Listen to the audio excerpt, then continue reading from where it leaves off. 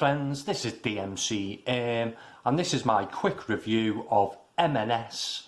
This is their classic coffee beans, and this was very kindly sent to me by viewer Dave, so a big thank you to him for sending me this coffee. Now, I did recently review the house blend coffee beans, and that was a number 3 as well, so I'm not entirely sure whether this one has been discontinued and they're now selling the house beans. I'll have to have a look next time I go in Marks and Spencer's and see if they sell both of these coffees. But yeah, I think it may be now rebadged as the house blend beans, this one in M&S. And yeah, I think it's around the £3 mark, this one. It used to be a lot cheaper, I remember, a couple of years ago, but as with everything these days, the price has sort of skyrocketed. So let's take a look at, we'll take a look at the pack first. It says M&S Food, classic coffee beans. The profile is smooth, fruity and balanced. The origin is Latin America and Brazil. 100% Arabica coffee, and it's a fair trade as well. I did actually review this one quite a long time ago. I thought I'd done the review for this quite recently, but when I've looked back at my reviews, it was a good few years ago that I did this one, so it's always worth going back over the coffee and having a look if they've changed anything about it. So let's take a look on the back. It says roasted Arabica coffee beans, grind fresh for the best flavour, medium for cafetiere, fine for filter and extra fine for espresso. Serving suggestions, storage instructions. It's a 227 gram bag, and the best before date is October 2024, so just under a year on the best before date on this one. We'll have some sort of description on the side, I think. It's just here, it says M&S Fairtrade Coffee guarantees fairer pay, social change and environmental protection for farmers, workers, enabling them to invest in their future and communities. It's got a little bit there in French because I do believe there's quite a few M&S stores in France as well. On the side it says a deliciously smooth and balanced coffee that makes the perfect morning cup. Blended using Arabica beans harvested in Latin America, where the altitude and fertile soil allow the coffee cherries to naturally flourish.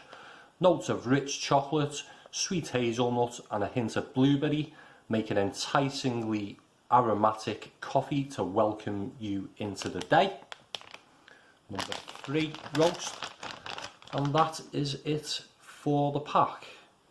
So let's take a look at the beans.